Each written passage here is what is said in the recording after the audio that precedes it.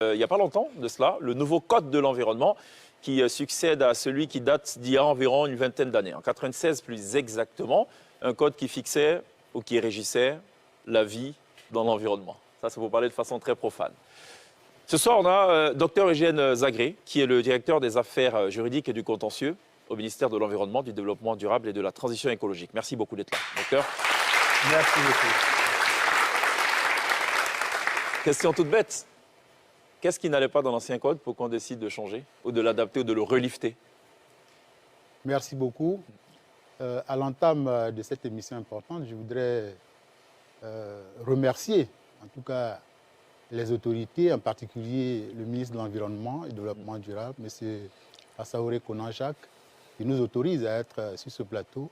Et puis remercier les autorités de cette télévision importante, n'est-ce pas, qui nous donne une opportunité d'expliquer le nouveau texte. Alors, revenant donc à la question que vous avez posée, pourquoi avoir changé le texte? L'ancien texte, évidemment, comportait des insuffisances. Et ce sont donc ces insuffisances qui ont justifié la prise d'un nouveau texte pour l'adapter aux nouveaux enjeux environnementaux. Ces insuffisances portaient sur la question du changement climatique, donc de la lutte contre les effets néfastes du changement climatique, l'implication des collectivités, des associations et même des individus dans, n'est-ce pas, la lutte pour la préservation de l'environnement. Il y avait également les questions de gestion écologiquement rationnelle des déchets dont vous avez parlé tout à l'heure. C'est cela. Il y a également la question de la fiscalité environnementale. Donc autant de questions qui ont justifié la prise d'un nouveau texte pour l'adapter donc au nouveau contexte, n'est-ce pas, aux nouveaux enjeux environnementaux au niveau... Puisque vous parlez des nouveaux enjeux, on va y aller pas à pas. Moi, j'ai donc un document synthétique qui, globalement, présente un peu ces innovations-là. Les innovations majeures, alors au niveau des dispositions générales, le nouveau Code de l'environnement intègre de nouveaux concepts comme le changement climatique, vous l'avez dit, la compensation écologique, l'économie circulaire, l'éducation environnementale, l'empreinte écologique et l'évaluation environnementale et sociale stratégique. Je propose qu'on aille step by step, point par point. Qu'est-ce qu'il faut comprendre par économie circulaire, déjà? Bon, pour dire simple, c'est la réutilisation, n'est-ce pas, des objets, par exemple, des instruments qu'on fabrique, leur réutilisation. C'est-à-dire, par exemple... Ce qu'on entend aussi par recyclage. Le recyclage. Donc, c'est une économie donc, qui va permettre de réutiliser, n'est-ce pas, les éléments qui avaient déjà été utilisés, mais en les valorisant. D'accord. Qui doit les valoriser? Ce sont les opérateurs privés et non le gouvernement et non l'État de Côte d'Ivoire. On est d'accord? Oui, mais tout cela, c'est encadré par l'État. Mais ce sont les entreprises qui donc, créent des structures pour la valorisation. D'accord. Voilà, de tous ces... Et concrètement, c'est quoi? Parce que ça se faisait déjà. Il existe déjà des entreprises qui font du recyclage. Quand vous parlez d'encadrement, ça veut dire quoi? Vous avez constaté qu'il y avait des choses qui n'allaient pas, peut-être? Non, mais l'encadrement, ça veut dire que l'encadrement, il peut être à plusieurs niveaux, mais l'encadrement dont il s'agit dans le code, c'est la réponse juridique. Donc l'encadrement juridique, n'est-ce pas, à travers des tests qui permettent donc, n'est-ce pas... de dire ce qu'il faut faire, ce qu'il ne faut pas faire. Jusqu'où on peut aller et jusqu'où il ne faut surtout pas aller. Vous parlez aussi de compensation écologique. Bon. Est-ce dans le même ordre d'idée? Oui, c'est effectivement dans le même ordre d'idée. D'accord. Voilà. Éducation environnementale, ça m'intéresse à titre personnel. L'éducation environnementale, le nouveau code précise qu'il faut donc une éducation environnementale pour arriver à une conscience écologique. Voilà, donc déjà au niveau des curricula, dans les écoles, il faut instaurer, n'est-ce pas, l'étude des textes qui donc permettent de connaître l'environnement. L'environnement qui serait différent des sciences de la vie et de la terre, hein, on est d'accord. Non, non, c'est différent. Bon, donc je voudrais définir ce qu'on entend par environnement.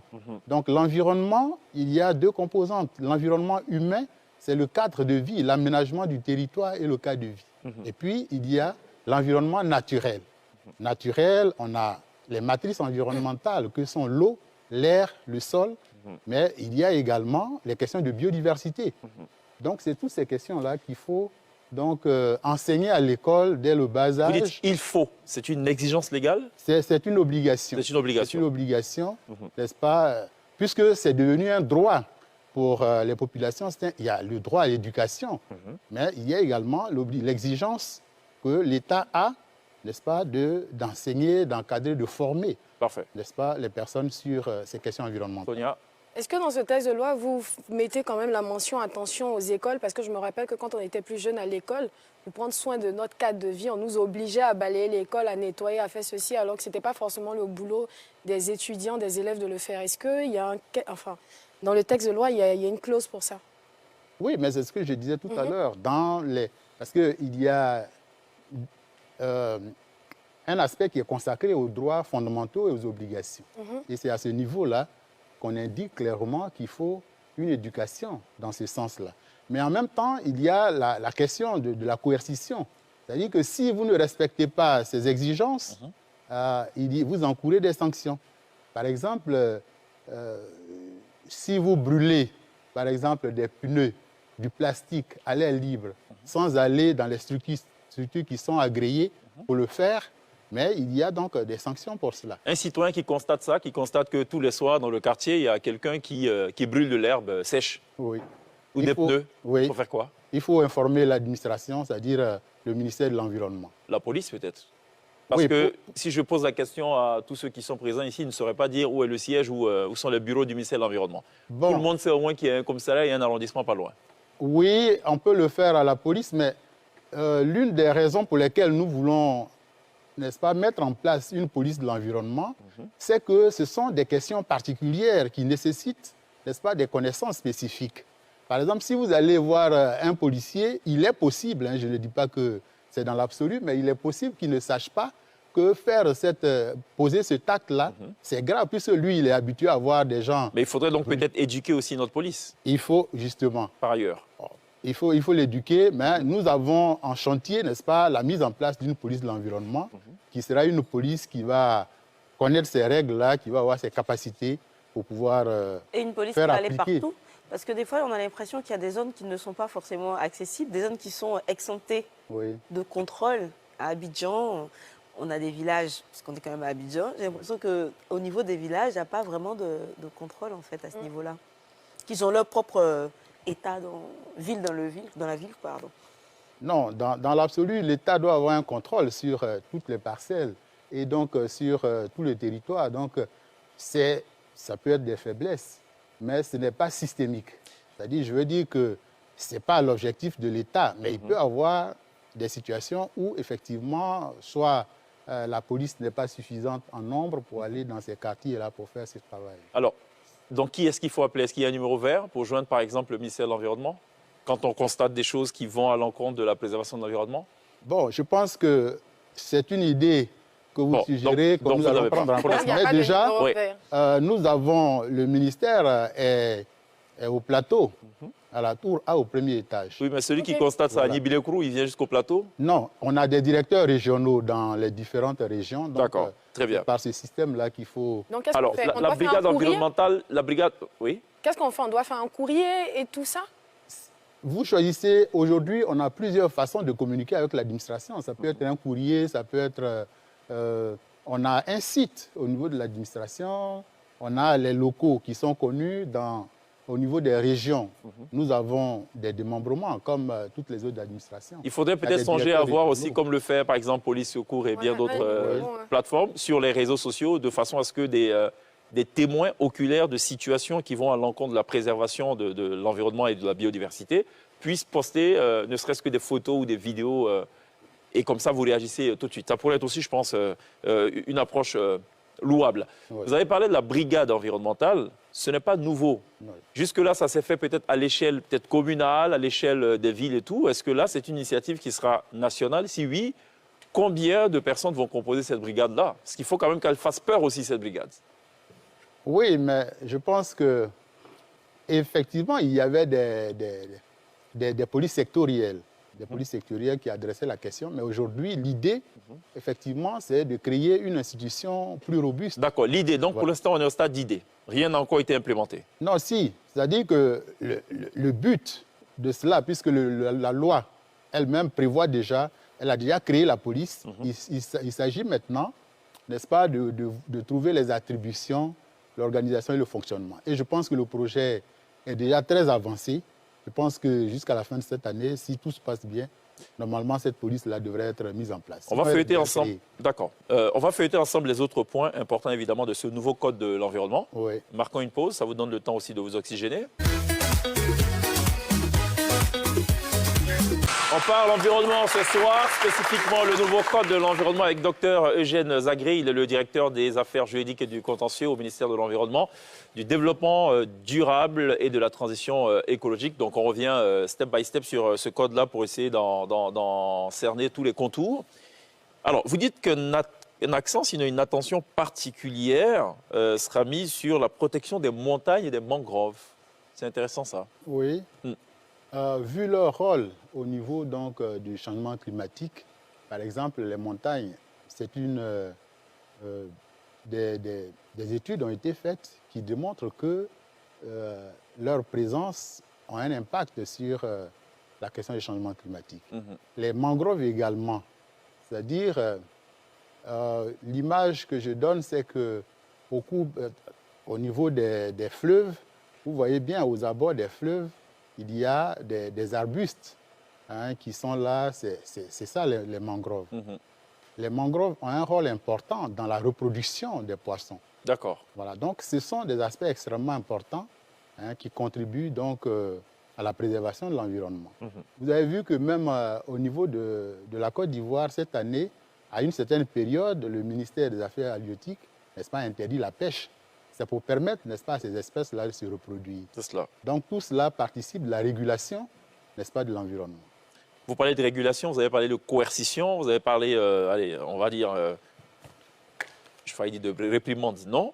Ouais. Venons quand même aux sanctions. Oui. C'est assez lourd.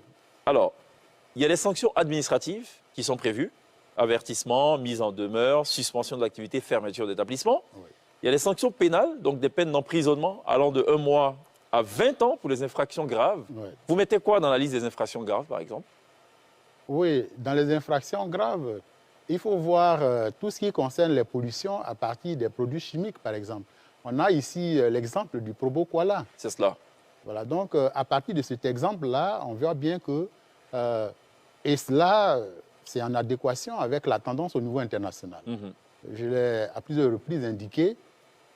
J'ai pris l'exemple d'une société pétrolière qui avait créé une marée noire dans le golfe du Mexique et ils ont été condamnés à payer 10 000 milliards de francs CFA. 10 000 milliards. Ici, les sanctions les plus importantes... Près de 75% du budget de la Côte d'Ivoire. Voilà. Ouais. Donc, vous voyez bien que les questions environnementales sont des questions sérieuses aujourd'hui. Et on voit les répercussions sur le climat, les évolutions climatiques. On voit bien aujourd'hui les tendances. Il fait chaud dans la journée et puis le soir, il pleut. Tous ces dérèglements climatiques-là sont dus à tout ce qui est donc, production de gaz à effet de serre.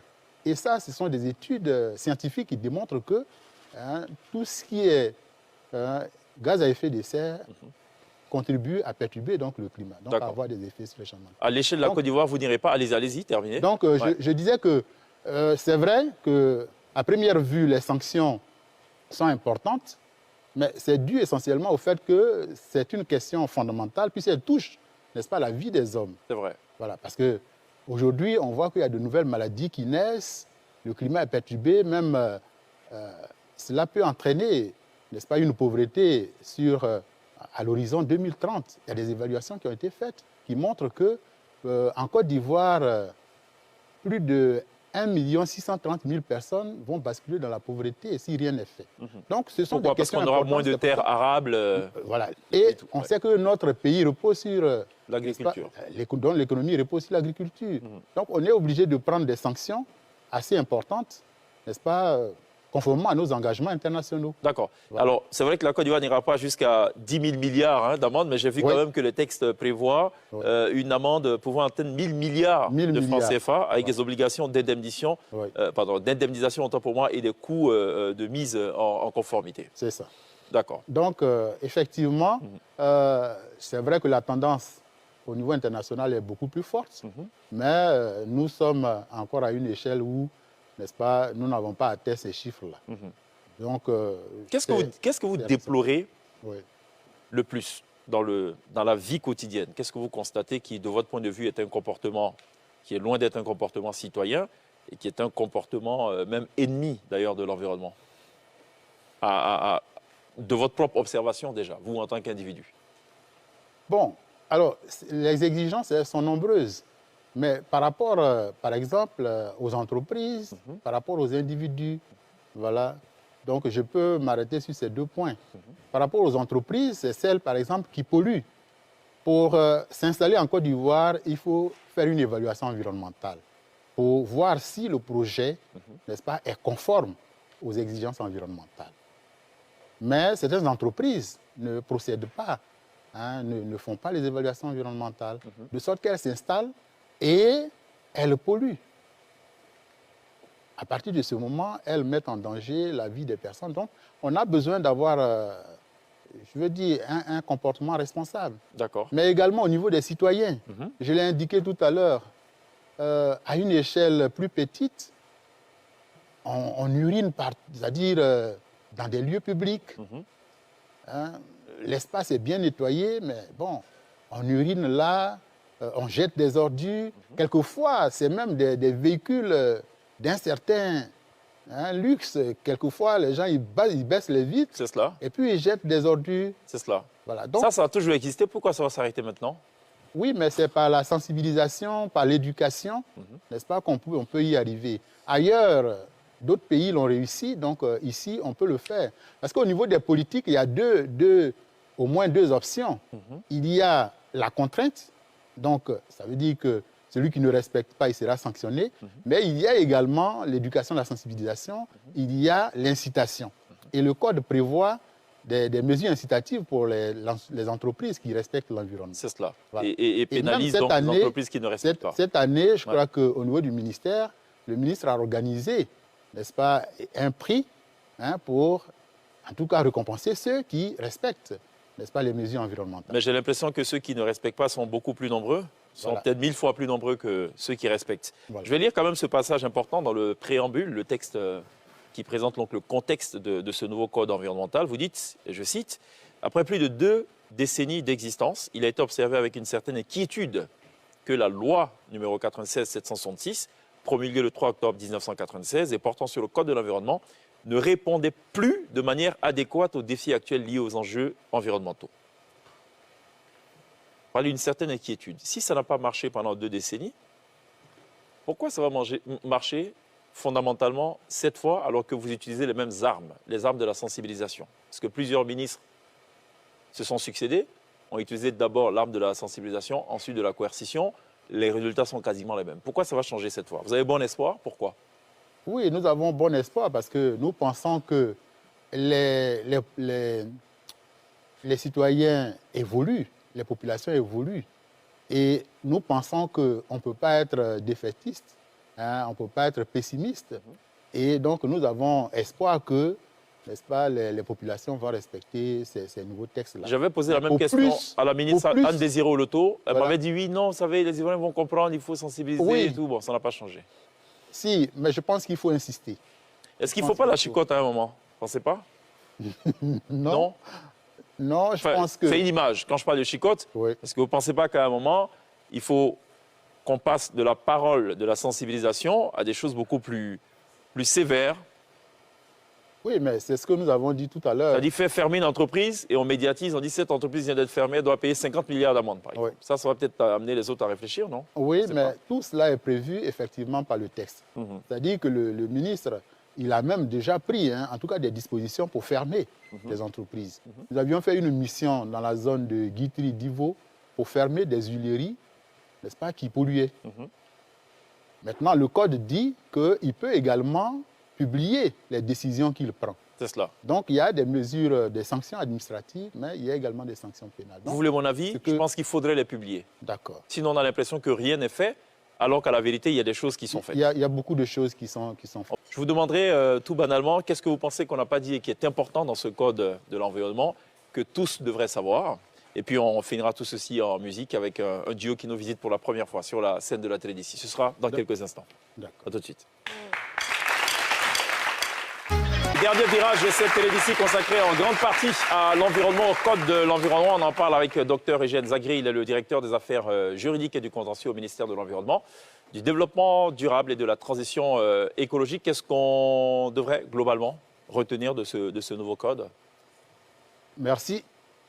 Ce qu'on peut retenir, c'est que d'un point de vue technique, d'un point de vue juridique, c'est l'un des meilleurs textes. Je le dis parce que je suis point focal du programme 5 de Montevideo qui examine en permanence les textes au niveau mondial. Donc, nous avons fait ce travail et lorsqu'on a procédé à l'évaluation, c'est l'un des meilleurs textes. Maintenant, ce qui est important que nous devons retenir, c'est que nous devons nous approprier ce texte. À partir donc de ces textes, il faut donc nous les approprier pour les appliquer. Et c'est le changement de comportement qui peut nous permettre d'y arriver. D'accord. Tant que nous ne changeons pas de comportement, quelle que soit la multitude de textes, puisque en matière environnementale, nous avons un arsenal juridique, et je pèse mes mots. Mais il faut les appliquer. Donc le défi, c'est l'application des textes et puis la mobilisation des ressources nécessaires pour implémenter la question environnementale. Qui doit les mettre à disposition? Ce n'est pas que l'État de Côte d'Ivoire. Oui, justement, c'est pour cela que nous sommes engagés dans un processus de vulgarisation. Et cette émission est l'un des aspects importants en ce qui concerne la vulgarisation. D'autres émissions vont suivre, n'est-ce pas, pour expliquer, pour mettre à disposition le code, pour aller au contact des populations, pour leur expliquer. Qui a travaillé à l'élaboration de ce code? Ceux qui ont... Les profils? Oui, mais on a l'État, il y a la partie étatique. D'abord, il y a eu un consultant qui a été pris, il y a la partie étatique. Il y a les organisations de la société civile qui ont participé à l'élaboration de ce code. Il y a les ONG, on a les organisations du secteur privé, notamment la CGC. Donc, le processus a été un processus inclusif et participatif. Parfait. Voilà. Dr Eugène Zagri, merci beaucoup d'être passé nous parler de ce nouveau code de l'environnement. Restez avec nous.